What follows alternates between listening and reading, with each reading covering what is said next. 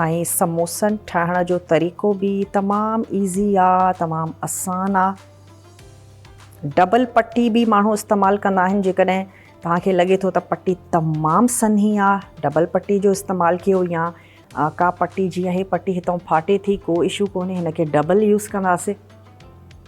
Crispy अञा बि घणा थींदा आहिनि पोइ समोसा। अच्छा, हिकिड़ो नंढड़ो स्पून जंहिंमें असांखे ईज़ीली मिक्सचर असां हिन में ऐड कयूं, अंदरि ताईं हिनखे भरे शामिलु कंदासीं जीअं समोसो असांजो फिल हुजे, पर एतिरो बि न त हे समोसो तव्हांजो बंदि ई न थिए। चलो जी, हाणे अची वियो हे असांजो मिक्सचर जंहिंमें मैदो आहे ऐं पाणी। बसि सुठे तरीक़े सां इहो हणंदासीं ऐं ईअं ई जेके असांजा समोसा आहिनि उन्हनि खे तयारु कंदा वेंदासीं। तयारु करे मां हिननि खे हिन प्लेट में रखंदी थी वञां, ठीकु आहे। ऐं ईअं ई हाणे तयारु करे था वठूं। फ्रेश ठाहियो त तव्हां फ्रेश त मज़ेदार हूंदा ई आहिनि, पर तव्हां इन्हनि खे फ्रीज़ बि करे सघो था, उहे बि तमामु ज़बरदस्त थींदा आहिनि। थोरी देरि जे लाइ काउंटर ते छॾे ॾियो ऐं उन खां बाद में तमामु घणो ऑयल गरम न हुजे, थोरो ऑयल बि गरम थींदो वेंदो ऐं जेके तव्हांजा फ्रीज़ थियल समोसा आहिनि उहे बि तव्हां हुन में ऐड कंदा वञो। थोरो मसालो,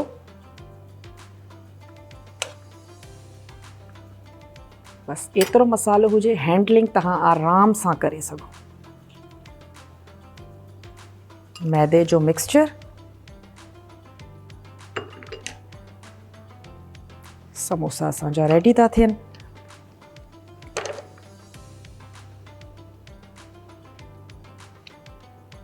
चलो जी,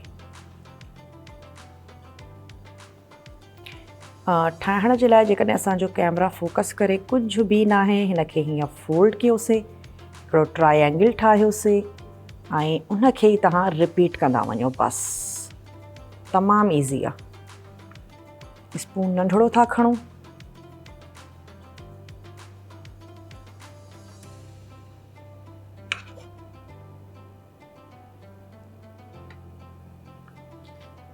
हरू भरू एतिरो बि मसालो न त तव्हां समोसो तव्हां खां हैंडल न थिए।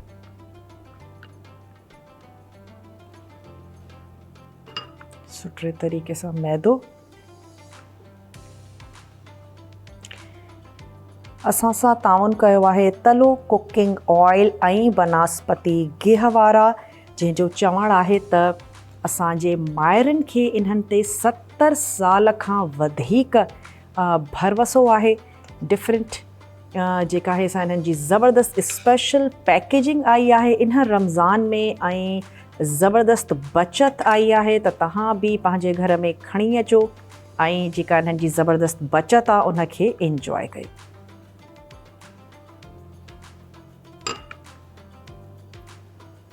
इन सां गॾोगॾु हमदर्द जे स्पाइस मिक्स, तमामु बहितरीनु ज़बरदस्त स्पाइस मिक्स आहिनि ऐं इन्हनि सां डिफरेंट जेके असांजा स्पेशली पाकिस्तानी कुज़ीन तमामु ऑथेंटिक, तमामु ज़बरदस्त तयारु थींदी आहे, त इनखे बि तव्हां तयारु करे सघो था ऐं इंजॉय करे सघो था असांजा ज़बरदस्त पाकिस्तानी खाधा। थोरो थोरो मसालो विझंदा वेंदासीं।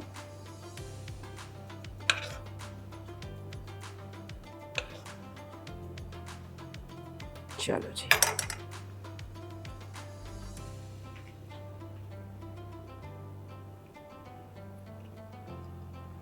ऑयल असांजो सुठे तरीक़े सां गरम थी वियो आहे। कुझु समोसा मां अञा तयारु कयां त बसि पोइ इन्हनि खे कंदासीं फ्राई। कुझु 2-3 ॿिया बि ठाहियूं था। अच्छा, हिन कम जे लाइ घर में तव्हां पंहिंजे नंढड़नि खे, वॾड़नि खे, सभिनीनि खे जमा करे सघो था त भई अचो त रमज़ान में समोसा ठाहियूं।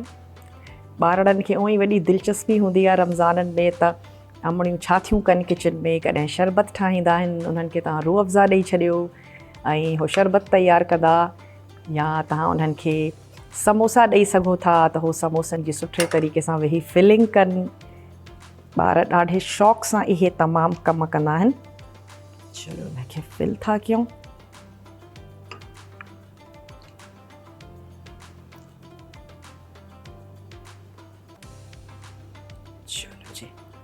ऑयल बि सुठे तरीक़े सां असांजो गरम थी वियो आहे। बसि हाणे के 2-3 समोसा ॿिया ठाहे करे इन्हनि खे फ्राई कंदासीं। एतिरो फ्राई कयो त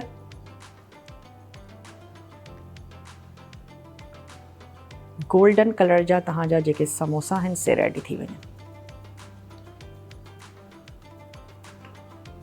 चलो जी, सुठी इन्हनि खे शेप ॾियो। हिकिड़ो ॿियो बि ठाहे था वठूं, टाइम आहे असां वटि। चलो, जेका पटी तव्हांखे लॻे थी त सही न आहे उनखे डबल कयो, तव्हांजो समोसो अञा बि क्रिस्पी, अञा बि मज़ेदार थींदो। ख़ासि तौर ते जॾहिं रमज़ान ईंदो आहे त जा बजा असांखे इहे जेके समोसनि जूं पटियूं आहिनि इहे नज़र ईंदियूं आहिनि। चलो जी,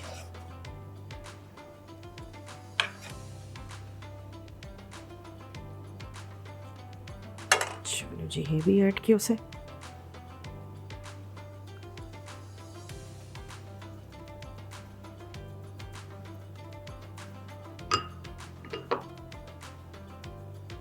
हाणे मां इन्हनि खे कयां थी फ्राई।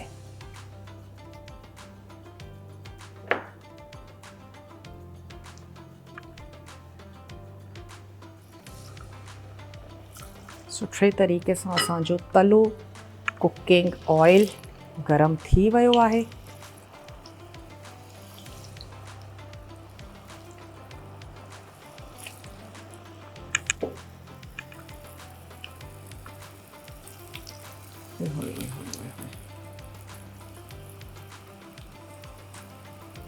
चलो बसि कढी करे इन्हनि खे कयो डिश आउट सुठी ज़बरदस्त कंहिं बि चटणीअ सां गॾु।